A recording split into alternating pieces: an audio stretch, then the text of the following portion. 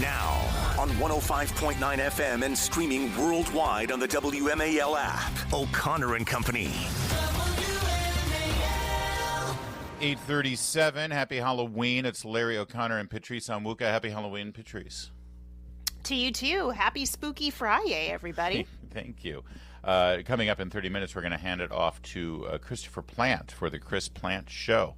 But right now we're joined by the chairman of the House Judiciary Committee, the fine gentleman from Ohio, Jim Jordan. Chairman Jordan, thanks for joining us. Chairman Jordan? Hello. Oh, there you are. Yeah, I'm here now. Oh, yeah. Your counterpart over in the Senate, Chuck Grassley, your good friend, had quite a presentation earlier this week about Arctic frost. And during that, I heard Senator Ted Cruz of Texas, who had his phones tapped and attempts by Jack Smith to go after his office phone even. You know, AT&T actually apparently understands the Constitution better than Biden's DOJ. Ted Cruz had this to say. I am right now calling on the House of Representatives to impeach Judge Boasberg. Judge Boasberg put his robe down, stood up and said, sign me up to be part of the partisan vendetta against 20% of the Republicans in the Senate. I know there's a lot to Arctic frost that you guys are unpacking, but with regard to Judge Boasberg's participation here, do you agree with Senator Cruz that the House should take this up? Judge Boasberg, it's not the first time Judge Boasberg's done something that just doesn't make a whole lot of sense to, I think, a lot of Americans. So we got every option on the table. We'll look at it. You know, historically, you don't impeach judges for bad decisions. You impeach them if they've engaged in some, like, you know, they were drunk on the job or they weren't showing up to work or something like that. And the Judiciary Committee has dealt with that. This is a little different, but this is when you look at this entire operation, what they were doing, what Jack Smith, what the Justice Department was doing to what looks like just their political opponents. It is serious. So everything will be on the table. We'll look. But what we really want is Chairman Jordan, when you say this is a little different, I mean, I'll reiterate. AT&T said no, that's against the Constitution. Judge Boasberg said yes. Is that not impeachable? It may be, and we're gonna look at all this as we move forward. As you know, we one of the first things we want to do is bring Jack Smith in.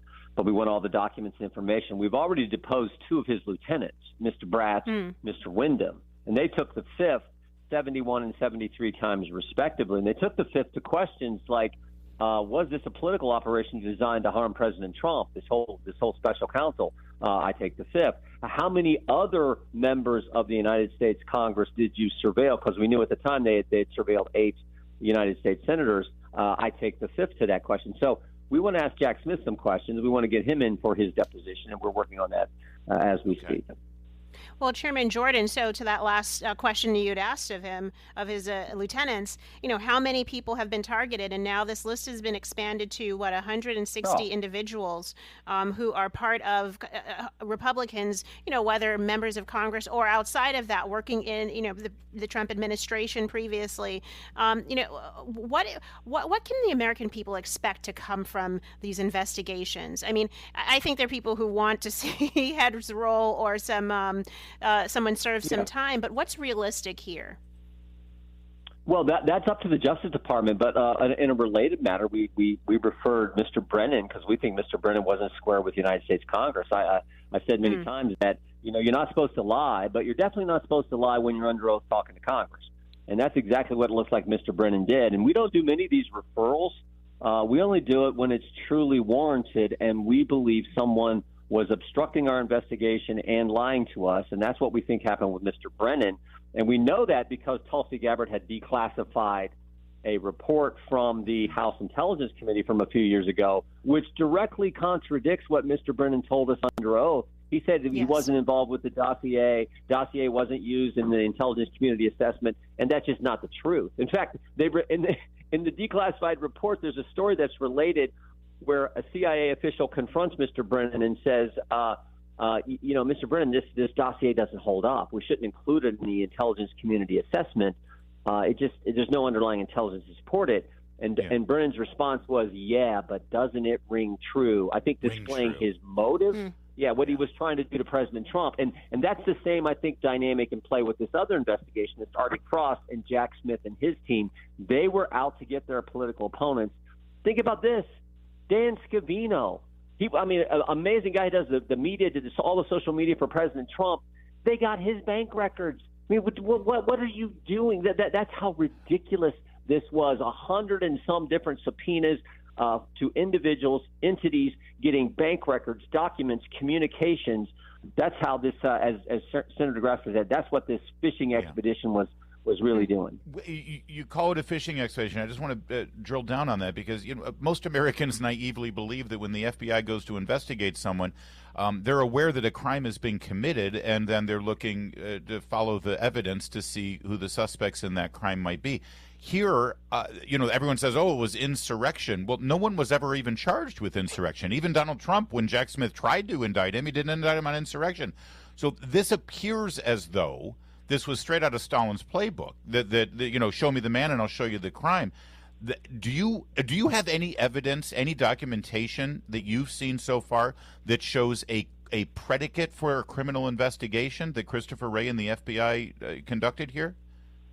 No, this is in the aftermath of January 6th. This is again, it seems to me, and I think Senator Grassley was right in his assessment, a fishing expedition designed to go look at your Republican opponents, your political opponent, what they viewed as their political opponents, and to get information on them. And the net was cast really wide. Yeah, like I said, media companies and think tanks and individuals that so some of the individuals I thought were never Trumpers when I saw some of the names go by. Yeah, and understand the history of that. So Arctic Frost starts. Jack Smith gets named special counsel. Then that all shifts under Jack Smith's special counsel investigation. This is the same Jack Smith who went and got a gag order on President Trump. This is the same Jack Smith who raided Mar-a-Lago. This is the same Jack Smith where two of his deputies took the fifth when they were in front of us. This is the same Jack Smith who those deputies who came to work for him were also the ones who took Scott Perry's phone. A sitting member of Congress took his phone.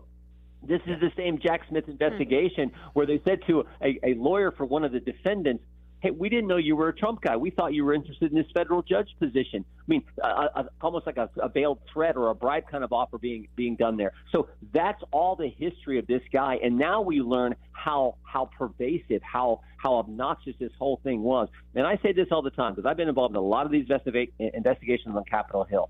The one thing we always get wrong at the start of these investigations is it is always worse than we thought. It is always worse than we thought. And now we're seeing that as clear as day. One last question, because the headlines right now is that Jim Jordan has threatened to subpoena Jack Smith. Sounds to me like it's not a threat. You intend to subpoena Jack Smith. Do you also intend to subpoena the other people who were named as architects of Arctic Frost, including Christopher Wray, Lisa Monaco, and Merrick Garland? We'll look at all that, but we're right now we're focused on Jack Smith because as I said, we've already deposed two of his deputies, and I talked about some of their testimony. So the way this normally works is you first ask him to come in, then you want to get certain documents, you want to get certain information before you have him in. But yeah, we will go to a subpoena if we have to get Mr. Smith in because we want to talk to him. First, it's a formal invitation, and then a subpoena. Got it. All right. Do you handwrite those, or do you have people who do that? Oh, we have a staff, but I have to sign them. Yeah. All right. Good. You don't use the auto pen? I do not. I use a blue pen that I sign. Yeah. Thank you, Chairman Jordan. Have a good Halloween. Chairman. Appreciate you joining us as always. Take care.